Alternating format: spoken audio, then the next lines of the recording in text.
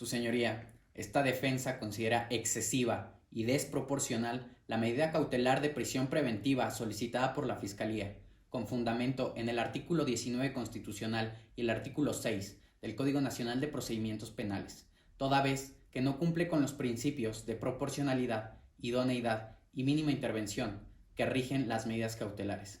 Ya que si bien es cierto, existe una opinión técnica sobre la evaluación de riesgo emitido por la Unidad de Medidas Cautelares y Suspensión Condicional del Proceso del Estado de Solidaridad, donde establece un nivel de riesgo medio. A consideración de esta defensa, apreciamos que los argumentos presentados por la Fiscalía son subjetivos, ya que basa su análisis de riesgo del señor Ricardo Llosa en la posesión de un pasaporte y visa americana, los cuales se encuentran vencidos, presumiendo la falta de frecuencia con la que llega a viajar, por lo que de la misma forma le solicitamos no interponer la prisión preventiva,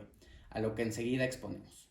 Ello en atención al contenido de los registros de investigación consistentes en el testimonio de Ricardo Llosa y el reporte policial de Josefina March, de donde se desprenden datos de prueba que justifican la inexistencia del peligro de sustracción de la acción de la justicia,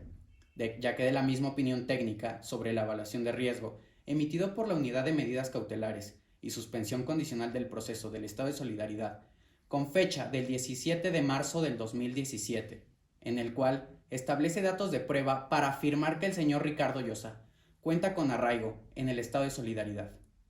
ubicado en Argentina 86, Barroquismo, Aminalco del Porvenir, Solidaridad.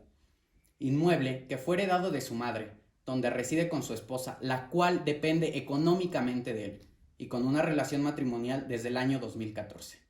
Además de que no hay datos de prueba que acrediten que el señor Ricardo Llosa conocía a la hoy occisa Ana Rodríguez.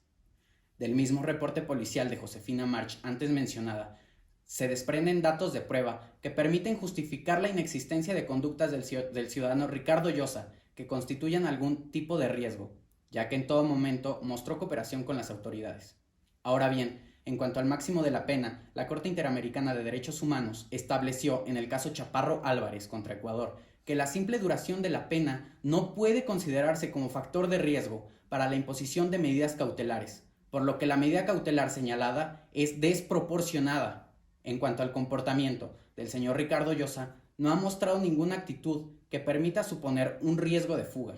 ni ha sido sujeto de procedimiento alguno de persecución penal, por lo que no ha incurrido en desacato de citaciones ordenadas por autoridad judicial.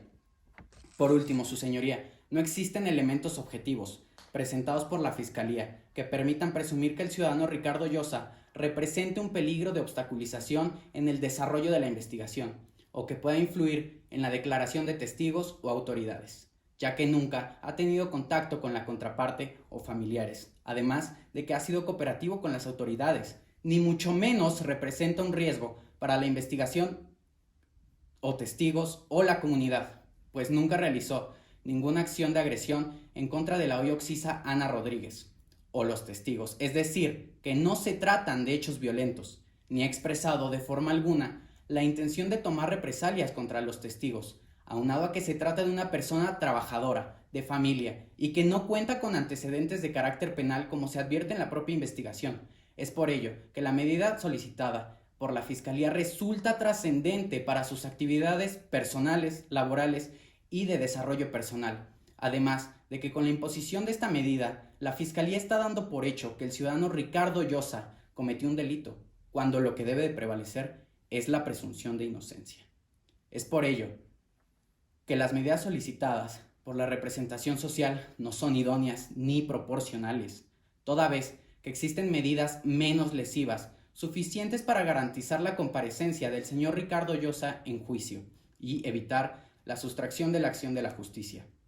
Aunado a que dichas medidas cautelares no se ajustan al criterio de mínima intervención, como refiere el artículo 156 del Código Adjetivo, que armonizan con las reglas mínimas de Tokio, las cuales estipulan que la pena privativa de libertad debe de considerarse como el último recurso, ya que con la finalidad es evitar la aplicación innecesaria de la pena de prisión, para afectar en menor grado de lo posible la vida del ciudadano Ricardo Llosa, evitando generar estigmas sociales que afecten su desempeño laboral y violaciones a presunción de inocencia. toda vez que el señor Ricardo Llosa no ha realizado ninguna acción que vaya en contra de lo establecido con el numeral 153 del Código Nacional de Procedimientos Penales para la imposición de medidas cautelares y que por el contrario podrán ser cumplidas con medida cautelar distinta a las solicitadas por la Fiscalía.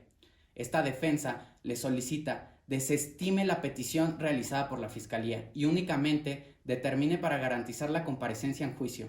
la medida cautelar que resulte de la ponderación de derechos que haga su señoría por lo ya expuesto. Es cuanto, su señoría.